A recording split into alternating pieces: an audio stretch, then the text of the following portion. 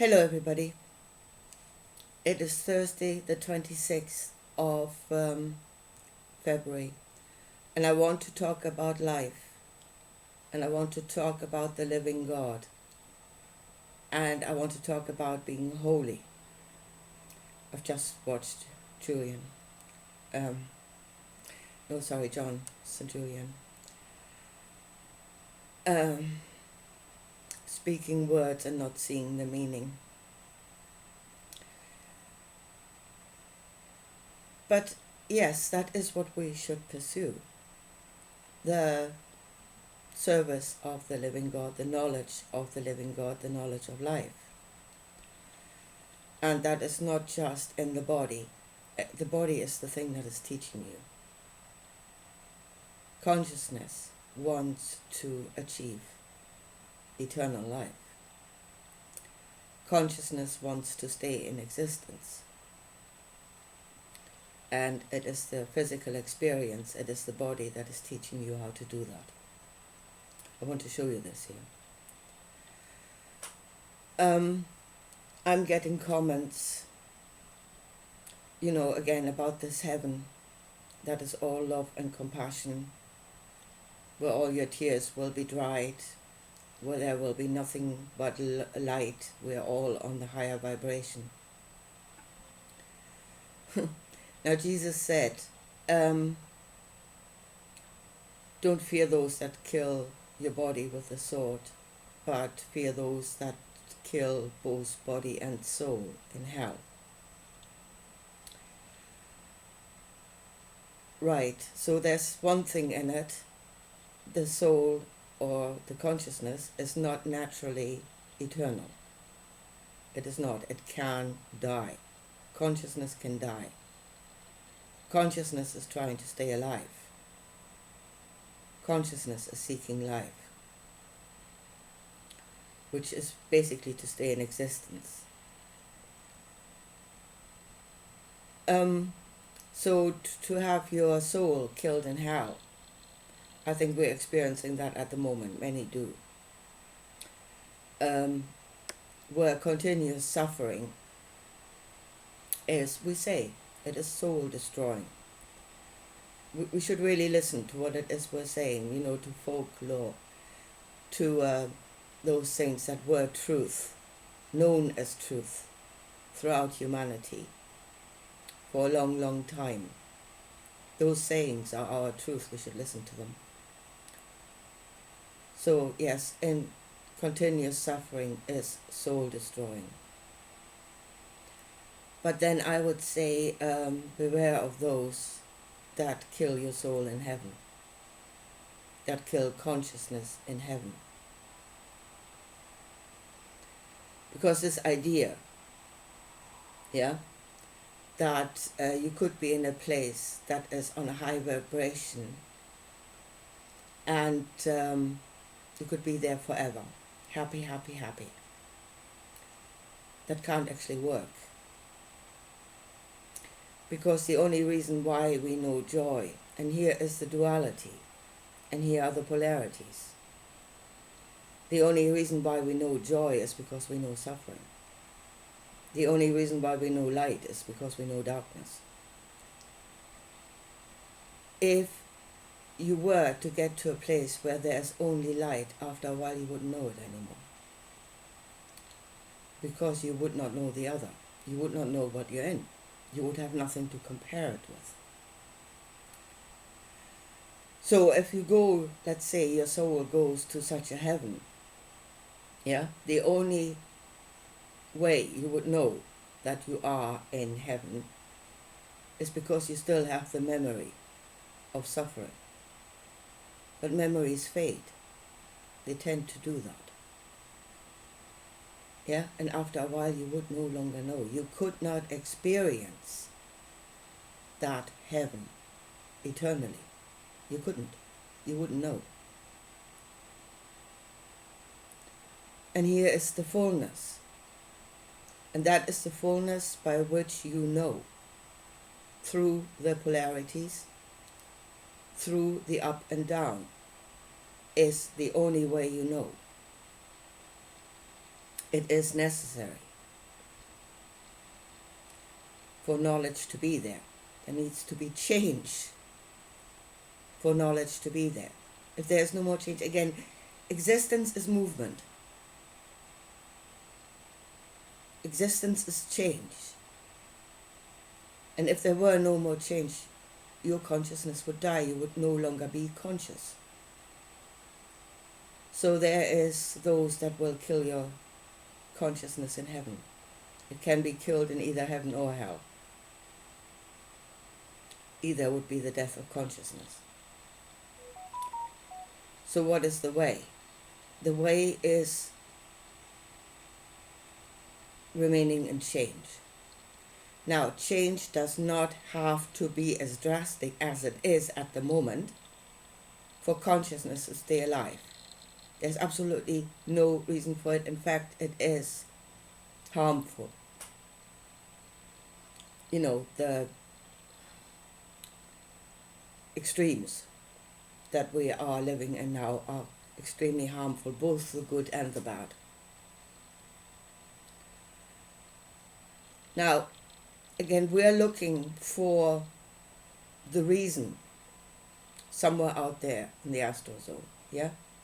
Or Satan, the evil god, I come to that in the end, that has created this world. Somebody gave me a comment saying, well, they are keeping us unconscious with, wine and games, basically, Well, yes, they are offering that. And they're trying to keep you unconscious. Who's holding a gun to your head that you're taking it? That is your choice. That they cannot make you get drunk every night. They cannot make you spend your entire life gaming or something like that. Or be on drugs. They tempted you, yes. The temptation is there. But you're the one that's taking it. Nobody's putting a gun to your head, saying take it. So that's the first thing. Yeah, you have choice in this world. You should be the master of your own destiny. You take the offerings, that's up to you. You're the one doing it. All they can do is offer. And they will offer. They absolutely do. Then I had another comment. And again, it was this comment about, this is all suffering and we're all going to this beautiful heaven where there will be no more suffering. It is the swing of the pendulum from one extreme to the other, and it is bypassing life every bloody time. But those, especially those that are in the negative emotions, yeah? And I mean, they are living hell, and they are hate. They are trapped in a state of hate. They look at this world and all they can see is darkness, which is what hate is. You can only see what is bad. That is what you see. That is the knowledge that has been brought to you on the emotion or the feeling of hate.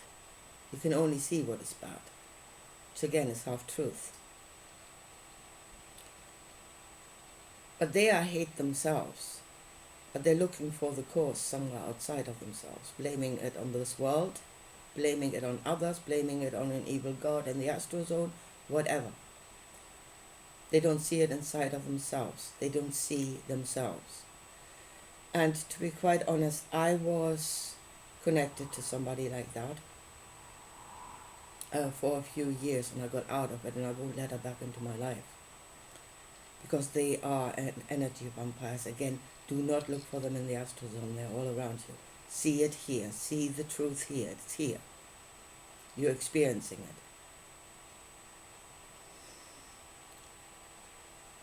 Because they live in the state of hate, and they've built their persona around on that energy. The victim mentality, that sort of thing, and they need that energy to maintain their own reality. I'm not saying there are not beings out there that do the same thing, but what is happening in this world might endlessly repeat itself throughout the entire universe. But here you know it, here you're experiencing it, and here you can do something about it because you can walk away. So as I said, I was connected to a person like that, and she was sucking it up. I mean, whatever darkness she could find. And then now and then they make the swing. She did. But then they swing into, oh, I'm all love. I'm all love. And of course that's not sustainable because it's not real. And then they swing back. And then that one swing into love kind of justified, oh, that's not real. This one is. I can sustain this. Just keep looking for more energy to make this real. Yeah? We're in death. We have everything around us is death. This is such an evil place. Stay away from people like that. Honest to God, do.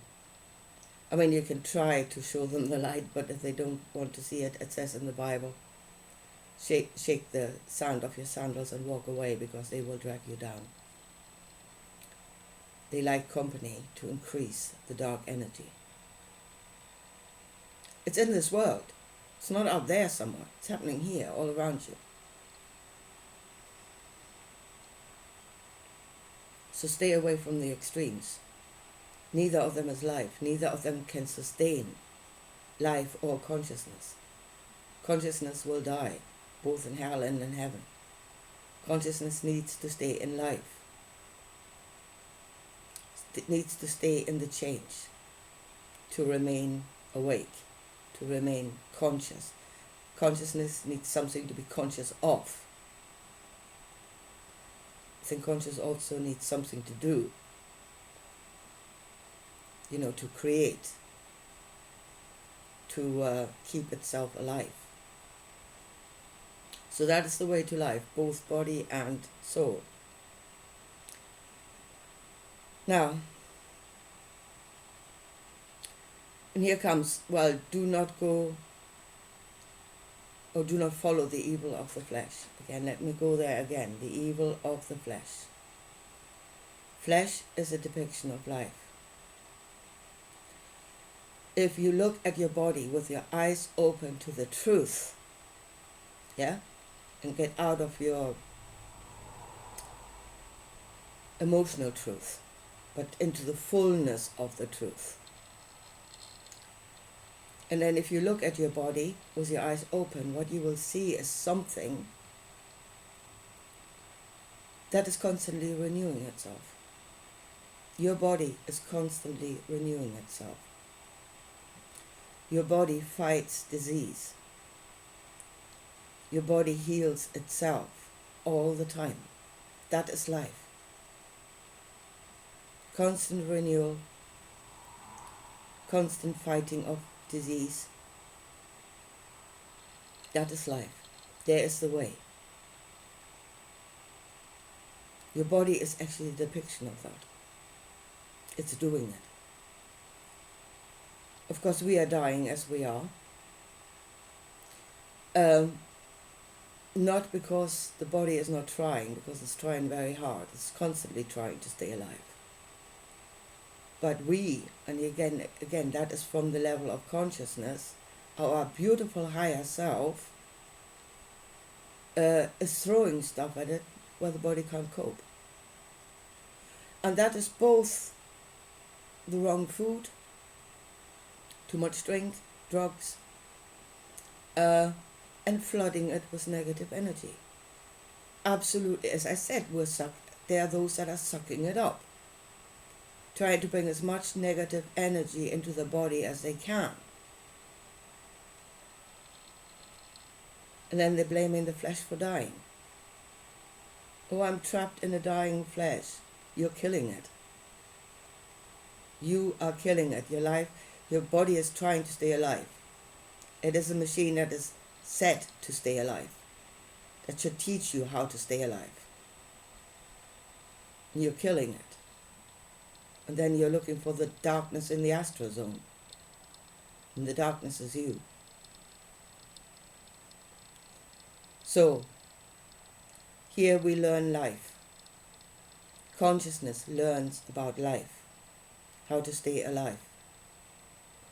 Again, I heard this morning, it is not the constant pursuit of pleasure or the making of memories. Good and bad does not exist. Well, there's somebody dying in heaven. Yes, it is the pursuit of pleasure and happiness. It is that. But then you should know what pleasure actually is. Where the point is where you've hit the mark. Where pleasure is true. And it won't be forever. Again, it will change, it will fade, and you will have to do it again. That's what keeps consciousness alive. The pursuit. But you should know when you've gone too far.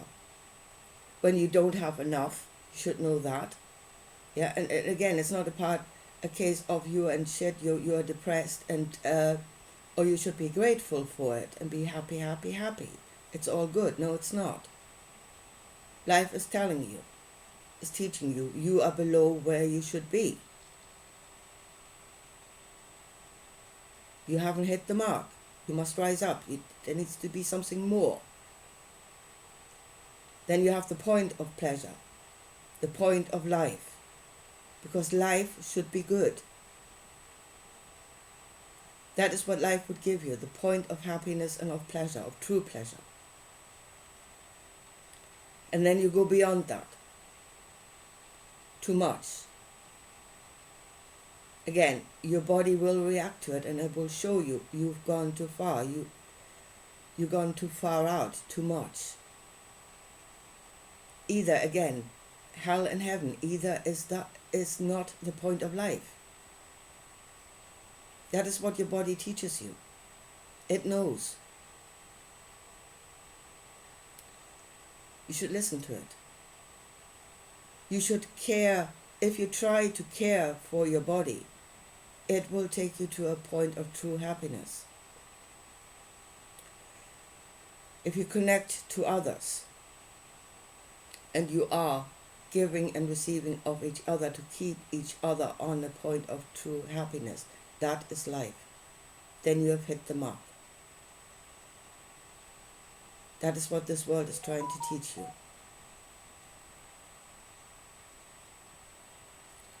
And the last point is we should all be holy. Well, that is holiness. Holiness is knowing the mark. And the mark is here. It's not somewhere else.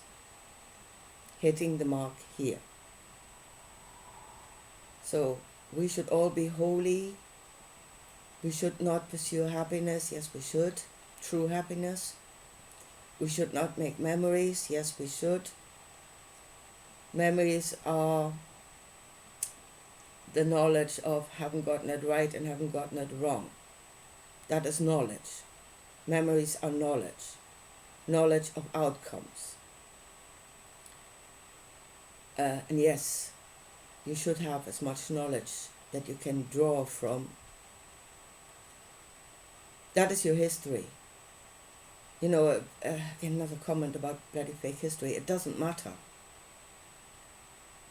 You have your own history. You have your own knowledge. Yeah? Stay with it. It's there for you to learn from, and so that you do not repeat mistakes. Yes, you should make memories. You should gather knowledge. And then the last point is we should be, in service of worshipping the living God, the truth of the living God. Well, for starters, you should not worship him. Do not worship me in buildings of stone and wood. Break a piece of wood and you will find me. Lift a stone and I will be there. And what you will find most likely when you lift a stone is life, crawling around everywhere. That is life. You do not worship the living God, you experience him. And you know how you experience him? You're in his temple. You are in the temple of the living God, and you're wrecking it. You're proclaiming the Spirit of the living God somewhere out there, and you're wrecking his temple. You're in his truth, and you're destroying it. And that shows you what you really are. That shows you your truth. Know yourself by your own fruit, and repent. You can change. You can see the truth, and you can go toward it. You want life, then go toward life. But then know what life is. It's not in heaven, and it's not in hell. It is here. And here you can learn how to be alive. Truly alive. But as it is, in the midst of life, we are in death. And we really need to get out of that. But then really, we are the seekers. We should really know what it is we're seeking. What am I? What am I doing? What am I in? Get out of the confusion. And know what it is you're actually seeking if you are seeking life. If consciousness is seeking eternity, then here's the teacher. And you're in his temple. And you should learn the lessons that you've been taught here. How to hit the mark of life. Not to be below it, not to be above it. And yes, it will not be forever. Everything is fading. But that is what keeps consciousness alive.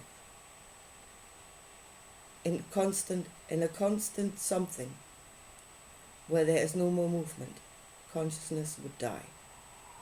You need the movement. What you don't need is the extremes, because they are what will kill you. Both body and consciousness, body and soul.